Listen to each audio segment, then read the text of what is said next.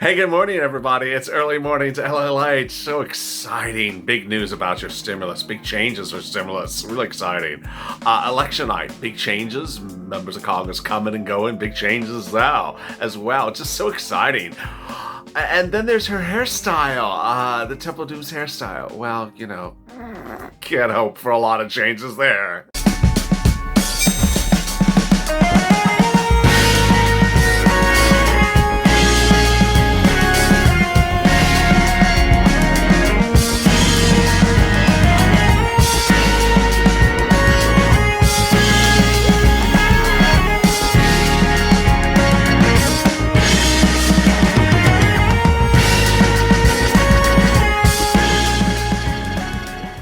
Hey, good morning, everybody. Hope you're good and safe. This is Early Mornings LALATE, our 6 a.m. edition. Hope you are great and safe. We're going to have big news about stimulus checks and a lot of fun and easy breezy. If you haven't already, get that toast ready. Get the toast and the butter, and I'm here, you're here. The coffee's brewing, and, it's going to be a great morning. I'm just so glad that you joined me. This is our lighthearted, easy breezy morning broadcast, early morning broadcast every day at 6 a.m. Eastern Standard Time.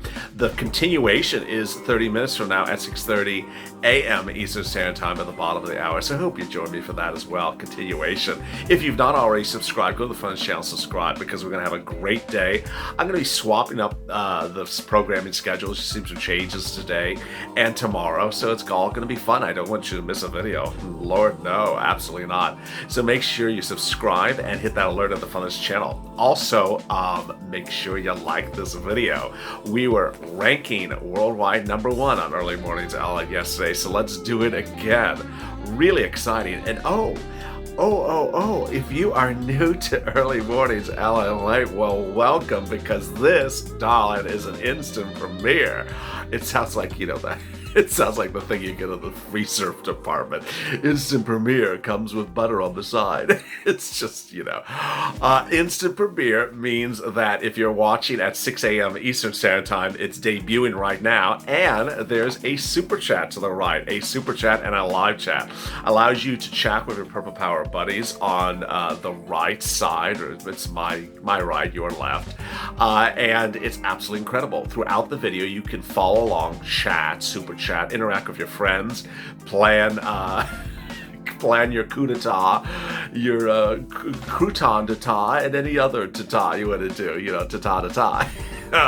It's going to be a great morning, so I'm so glad you're here. And let's get to the breaking news. The breaking news is that Wall Street overnight was talking about the need to get that stimulus out right away. Second stimulus and now third stimulus. And this is amid the new announcements in less than, just a few days. Chicago, El Paso, and Newark all getting what you would call not lockdowns, but curfews, restricting the number of hours that they can go to work, restricting the number of hours they can operate, changing the operations.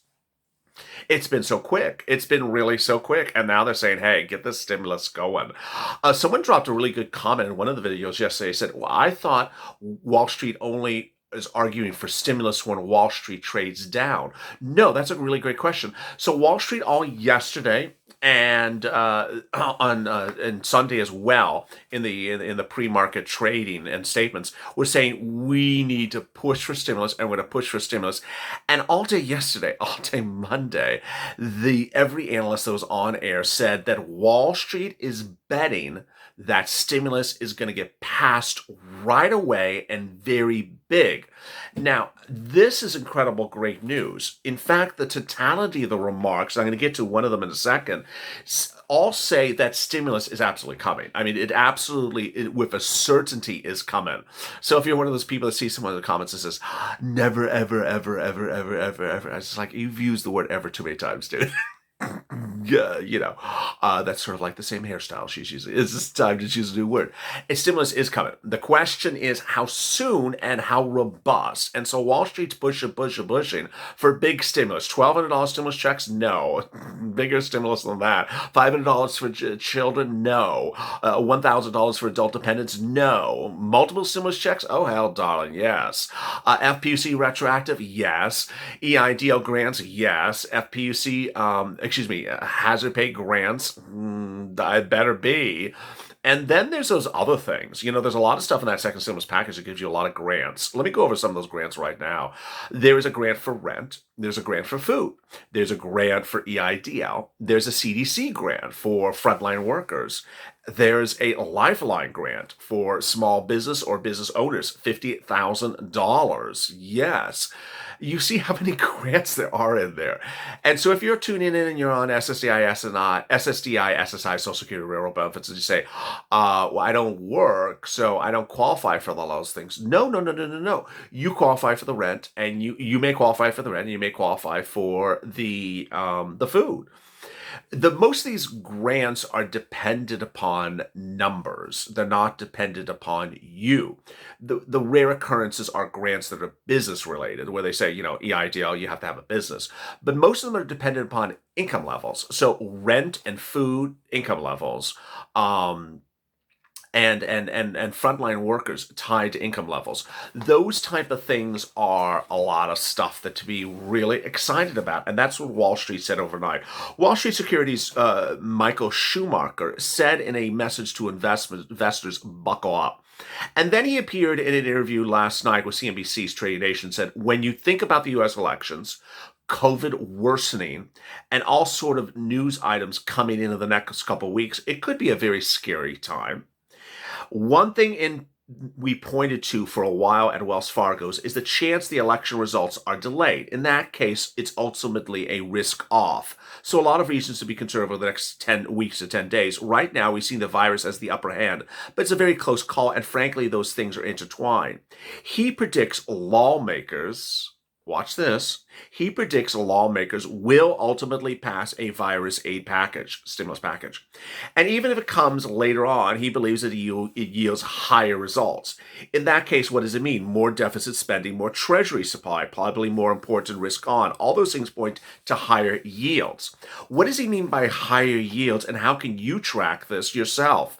One of the viewers, one of the purposes of Purple Power is to empower you with information. And the best thing I love is when viewers come back in the comments and they have exactly the information and more that I just imparted to them.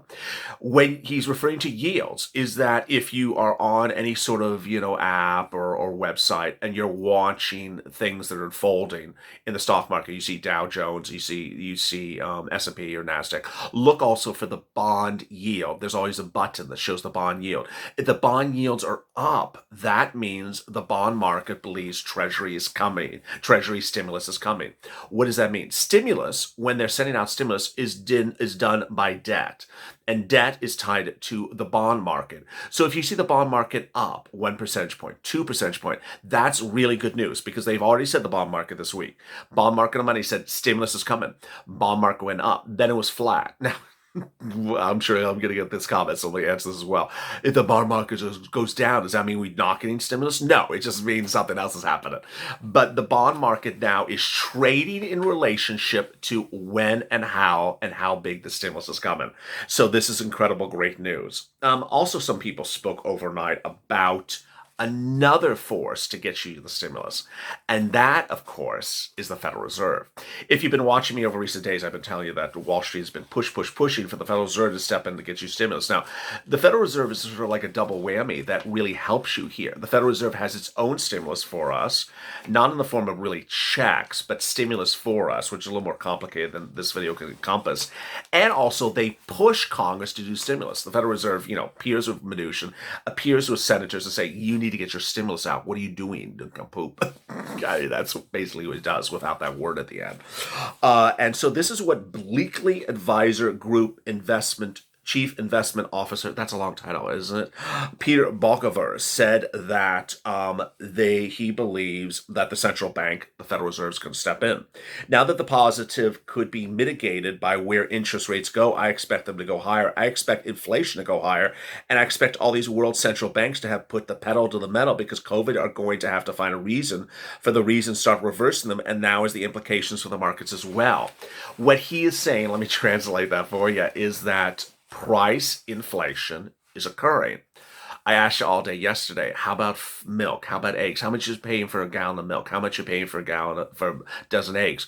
Some of the comments were, one something, two something, but some of the comments were five something, six something. I was just shocked. I was just floored. And that's the concern, is that in even, metropolitans in major cities that we expect higher prices, but $5? I mean, that's the concern, that viewers are saying they're going to groceries and they're just too expensive.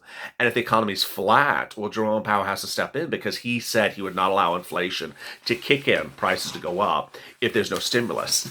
Well, there's no stimulus, so get going, Jerome.